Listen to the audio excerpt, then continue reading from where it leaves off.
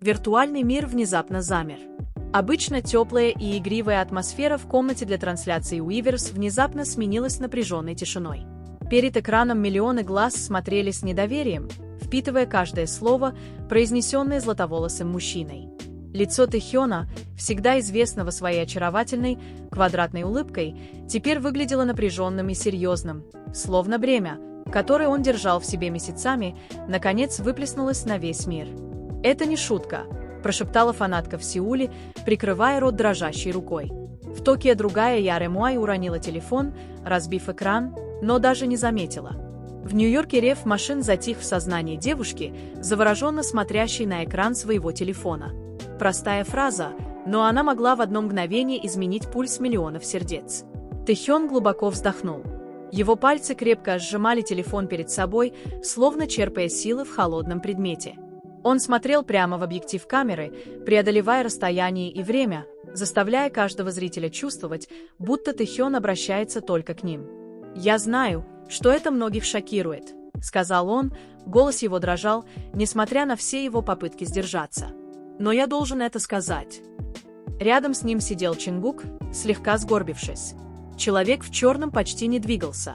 Его лицо, обычно сияющее очаровательной заячьей улыбкой, теперь было окутано тенями. Он прикусил нижнюю губу, старая привычка, которая всплывала всякий раз, когда он пытался сдержать эмоции. Его руки были сжаты в кулаки на коленях, тонкие вены на тыльной стороне ладоней торчали. «Тур Эрирнг в Мадриде», — продолжал Тэхён, задыхаясь, 26 и 27 после этого, скорее всего, все закончится. Он сделал паузу. Глаза его наполнились слезами. «Мы с Чингуком подумываем о том, чтобы покинуть BTS». Эти три слова. Уход из BTS. Вся трансляция, казалось, прервалась оглушительной тишиной. Раздел комментариев, который до этого двигался со скоростью потока, внезапно замедлился. Тысячи вопросов, смайликов и слез начали заполнять экран. Хэштег «Решетка ТМВ» мгновенно стал мировым трендом. Телефоны по всему миру вибрировали, шквал уведомлений, родные и друзья переписывались. А в тихой гостиной некоторые начали тихо плакать. Чингук наконец поднял голову. Его глаза были опухшими, красными в уголках. Он на мгновение посмотрел на Тэхёна, словно спрашивая разрешения, затем повернулся к камере с таким взглядом, который мог бы разбить сердце любому. «Мы», — тихо сказал он, его обычно громкий и энергичный голос теперь стал хриплым, приняли это решение не спонтанно. Он медленно покачал головой. «Мы уже давно об этом думаем». Стена позади них, обычно украшенная памятными плакатами и подарками от фанатов, теперь казалась тюремной стеной, засвидетельствующей о самом трудном признании в их жизни. Комната, когда-то наполненная смехом и шумом шуток семи мужчин, теперь казалась такой тесной и холодной. Тэхён опустил голову, крепко сжимая край рубашки. Он молча вспоминал все бессонные ночи, проведенные в постели, ворочаясь в постели и глядя в потолок, гадая, где он на самом деле. Затем Тэхён объяснил то, о чем говорили только шепотом в коридорах компании и обсуждали на фан-форумах. «Отношения между участниками, — осторожно сказал он, — напряжены. Дело не в том, что мы ненавидим друг друга. Нет, мы по-прежнему братья. Но наши взгляды на будущее BTS и наши индивидуальные проекты становятся все труднее согласовывать». Чингук кивнул в знак согласия. Он открыл рот, а затем снова закрыл его. Слова словно застряли у него в горле. Слезы навернулись на глаза, но он сдержался. «Между нами много неразрешенных разногласий», — добавил Тэхён, его голос становился все более хриплым. «И мы устали. Устали притворяться, что все в порядке, когда внутри мы словно ходим по битому стеклу». Эти слова пронзили эфир. За пределами студии все шло своим чередом, восход солнца в одном полушарии, закат в другом. Но для миллионов Яремуай время остановилось. Мать в Индонезии обнимала свою дочь, которая истерически плакала. Студентка в Лондоне отменила запланированные занятия. Офисная работница в Южной Корее сидела в туалете, дрожащими руками глядя на экран, боясь выйти, опасаясь показать свое заплаканное лицо. «Мы по-прежнему уважаем всех участников», — настаивал Чингук, его голос на этот раз был немного сильнее, хотя и все еще хрупким. «Мы с Тэхёном их любим. Мы любим вас, ой, но ситуация...» Нам становится все труднее жить». Он повернулся к Тэхёну, и на мгновение взгляды двух друзей встретились. Молчаливый разговор, который говорил громче тысячи слов. Тэхён схватил Чингука за руку под столом, едва заметное движение, но достаточное, чтобы Чингук сильнее прикусил губу. Оба понимали, что это последняя черта, которую им нужно переступить. После этих слов пути назад не было. Они выпустили бомбу, которая изменит все, либо навсегда, либо к разрушению. Новость взорвалась в социальных сетях, как лесной пожар в засушливый сезон. Дикие предположения заполонили все платформы. Станет ли тур Рирнг в Мадриде последним выступлением Тэхёна и Чингука с BTS? Это знак расформирования группы. А что насчет остальных участников? Хэштеги всплыли, столкнувшись друг с другом. Интернет превратился в море неразрешенных вопросов.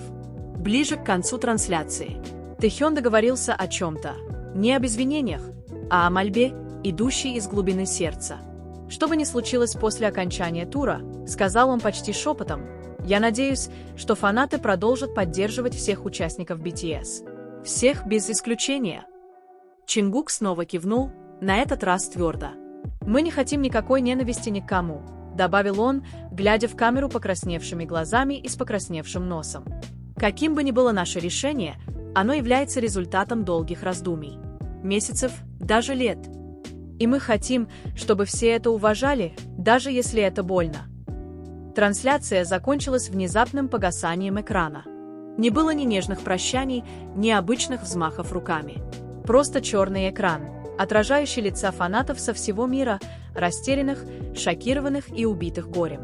Но за экраном Тэхён и Чингук все еще сидели молча, держась за руки, слушая учащенное сердцебиение друг друга и гадая, было ли это решение самым смелым или самым безумным шагом в их жизни. Через 20 минут после окончания трансляции в комнате все еще царила тишина. Только тяжелое дыхание Тэхёна и Чингука попеременно заполняло пустоту. Телефон Тэхёна непрерывно вибрировал. Тысячи входящих сообщений от семьи, друзей, коллег и, конечно же, остальных 6 участников BTS, которые, несомненно, были в шоке от объявления. Но он не открыл его. Пока нет. Ему нужно было время, чтобы почувствовать, как с его плеч свалился груз. Чингук, который, сидя молча, он, наконец, повернулся к своему лучшему другу. «Мы действительно это сделали», — сказал он, его голос был едва слышен. В нем смешались облегчение и страх. Тэхён лишь медленно кивнул. «У нас нет другого выбора, Кук. Лучше быть честными сейчас, чем продолжать притворяться, пока мы не развалимся на сцене». Они снова замолчали, позволяя этим словам проникнуть в их сознание. За окном небо Сеула начало краснеть. Предвестник заката, который обычно встречался с чувством покоя, но сегодня он казался картиной, изображающей конец эпохи. Тэхён вспомнил свою первую встречу с Чингуком в тренировочном лагере, подростком с невинными, но решительными глазами. Они не сразу сблизились. Была дистанция, разница в год, контрастные характеры. Тэхён был эксцентричным и загадочным, Чингук – тихим, но внимательным наблюдателем. Но время, подобно текущей реке, сблизило их. Тэхён помнил ночи, когда Чингук приходил к нему в комнату, не говоря ни слова, просто садился на пол и играл на гитаре. Тэхён не просил, он знал, что Чингуку просто нужно, чтобы кто-то был рядом. И Тэхён давал это безоговорочно. Именно так зародилась их связь. Не из долгих разговоров, а из молчания, которое они оба понимали. Теперь, спустя годы, они сидели в одной комнате для трансляций, но это молчание было другим. Это было молчание, наполненное неразрешенными вопросами. Что будет с ними двумя, с остальными 6 участниками, с 17 миллионами поклонников, которые были причиной того, что они остались вместе? Тэхён вытер заплаканные глаза. «Мы должны связаться с остальными», – тихо сказал он. Чингук покачал головой. «Не сейчас. Дайте им время. Дайте нам время. Я не готов слышать их голоса разочарования, голоса гнева или даже голоса, пытающиеся понять». Тэхён понял. В команде, существующей почти 10 лет, столкновение взглядов – не редкость. Но на этот раз разногласия ощущались глубже, словно трещина на дне океана, расширяющаяся и создающая. Это была пропасть, которую нельзя было преодолеть простыми словами извинений. Тур Эрирнг в Мадриде стал последним местом встречи, о котором они договорились. Грандиозное выступление, которое должно было стать праздником.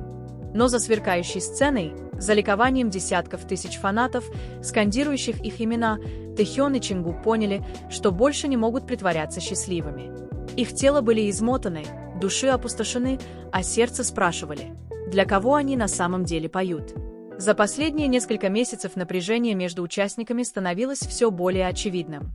Бывали ночи, когда Тэхён запирался в своей комнате, отказываясь от еды, слушая только старую джазовую музыку и глядя в потолок.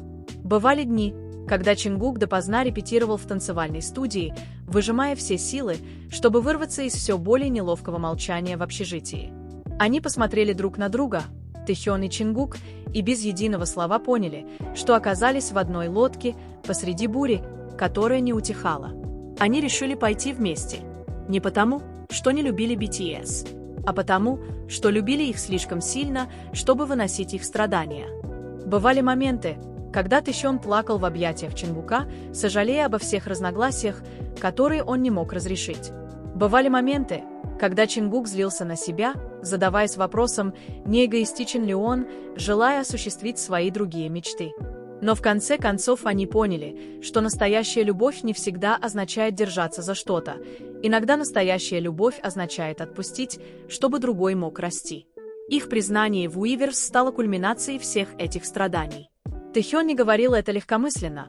Он переписывал сценарий трансляции более 20 раз, даже заучивал его перед зеркалом каждую ночь. Чингук, который обычно мало говорит на публике, попросил сесть рядом с ним в знак солидарности. «Если я упаду, я хочу, чтобы ты упал со мной», — сказал Тэхён однажды вечером. Чингук ответил: «Я никогда не позволю тебе упасть одному». После трансляции мир, казалось, перевернулся с ног на голову. Заголовки всех корейских СМИ были полны фотографий Тэхёна и Чингука с броскими заголовками: «Тэхён и Чингук покидают BTS». Ви и Чингук объявляют об уходе после тура по Мадриду. Армия мира в шоке, BTS грозит расформирование. Но ни одна из статей не отражала истинных чувств, которые они испытывали: не скандал, не предательство, а печаль ребенка, вынужденного покинуть дом, потому что он стал небезопасным местом. В роскошной квартире в Каннами РМ молча сидел перед телевизором, на котором все еще показывали повторы с Тэхёном и Чингуком. Он не плакал, он не злился. Он просто закрыл глаза, пытаясь вспомнить все долгие разговоры с Тэхёном в репетиционном зале. Они часами спорили о музыкальном направлении, о концепциях альбомов, о том, что BTS значит для мира. RM всегда считал, что различие – это сила. Но теперь он понимал, что слишком много различий без общих точек соприкосновения в конечном итоге разрушат фундамент. Чимин же, напротив, рыдал в своей комнате. Тэхён был его самым близким другом. Они были вместе еще со времен стажировки, делили одеяло холодными ночами, делились мечтами в минуты отчаяния. Но в последнее время Чимин чувствовал дистанцию, которую не мог преодолеть. Тэхён стал более одиноким, более молчаливым. И когда Чимин спрашивал, Тэхён лишь горько улыбался и говорил: «Я расскажу тебе позже». Но это «позже» так и не наступило. Чингук получил сообщение от Джина, всего одно предложение: «Я не буду спрашивать, почему. Я просто хочу, чтобы ты знал, что эта дверь никогда не будет для тебя закрыта». Чингук долго смотрел в свой телефон, слезы текли по экрану.